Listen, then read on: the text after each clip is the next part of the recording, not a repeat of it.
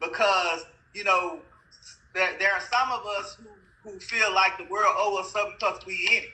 It's a whole group of whole generations. It's like they breeding them like that now. Mm-hmm. Yeah. They really think everybody owe them everything because they own the planet. Yeah, they don't feel like they should have to do anything in particular,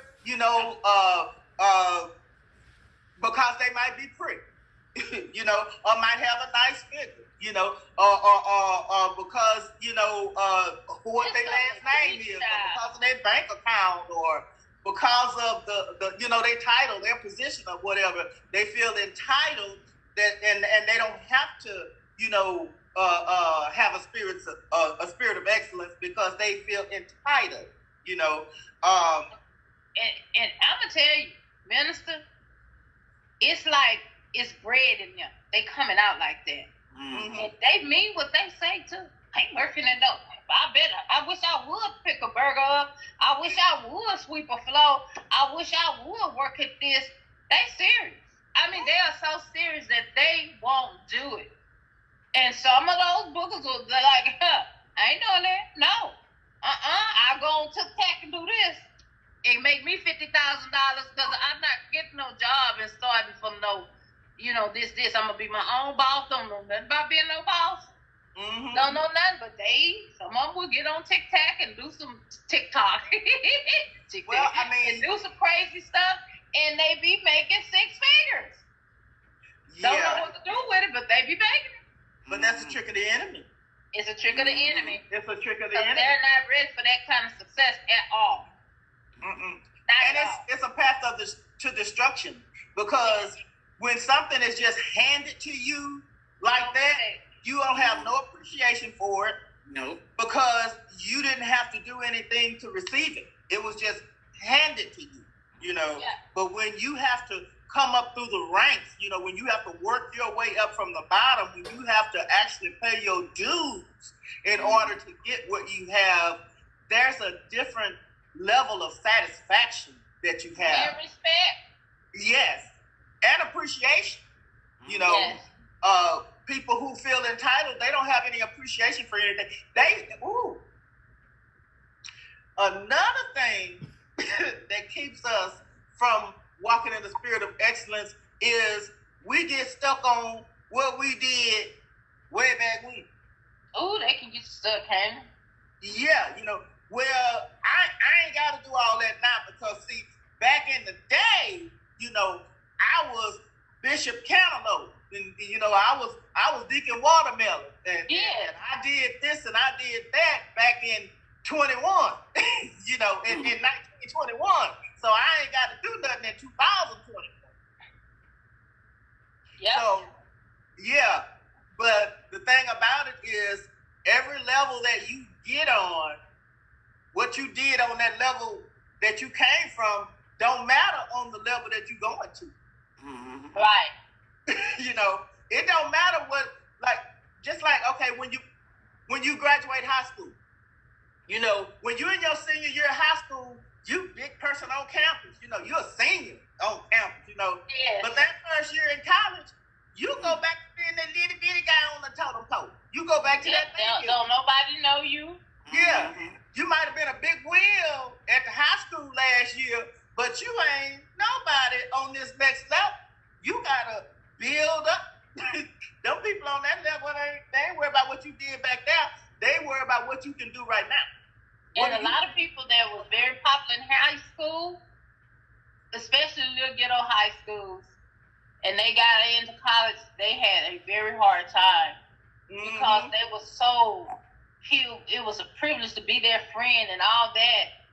And they really wasn't really up to standards in a lot of areas. They was just popular. Amen. For whatever reason, they was popular. And they could have been popular back then because they had a big afro. It just didn't take much. The standards was not real high, That's true. That is very true. So they get in college and then, hey, a lot of them just didn't make it.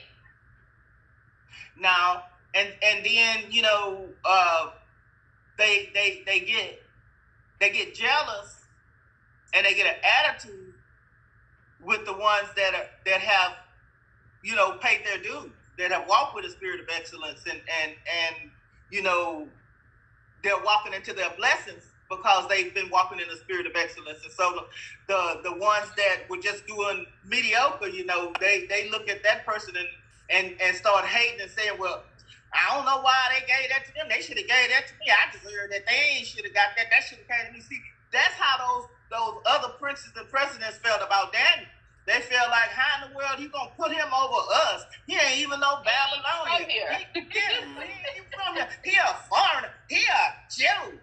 He don't even worship our God. He worshiping a whole other God. How you gonna choose him? They felt entitled to the point that not only did they didn't like him, but they wanted to harm him.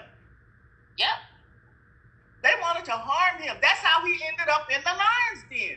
Yep. Because they were jealous and envious of him, and they wanted to take him out. And that is so sad, because there is so much of that going on in the world right now today. Mm-hmm. Yes, that jealousy is a dangerous spirit. It really is. Yeah. And it's running prevalent in the land. Yes, yes. It is running prevalent in the land. And we definitely got to pray. We definitely got to stay before the Lord in prayer. We definitely got to be lifting up. Woo! These demon spirits is they on their job. While we laying up snoring at night, they casting spells and rituals. Yes. we got to get up and start being some demon slayers, and get up and start praying and praying over our families. Stuff. He say, if my people who are called by my name will humble themselves and pray and turn from their wicked ways and seek my face. Yes. Mm-hmm. My people. Yes. If we say we his people, then we ought to be seeking his face. Yes. Not his hands, because that's what we seek, his hands. Lord, I need. Lord, give me. Lord, can you? Lord, will you? We're going to get more than we even asked for. And instead of saying, Lord, how can I please you today? Yeah. What can I do for you today? What do you require of me this day? How can I put a smile on your face today? I just want to make you smile, Lord. That's the kind of attitude Daniel had. He prayed 3 times a day. It says he set his face toward Jerusalem. He never forgot where he came from. Mm-hmm. They say he set his face toward Jerusalem, and he prayed 3 times a day.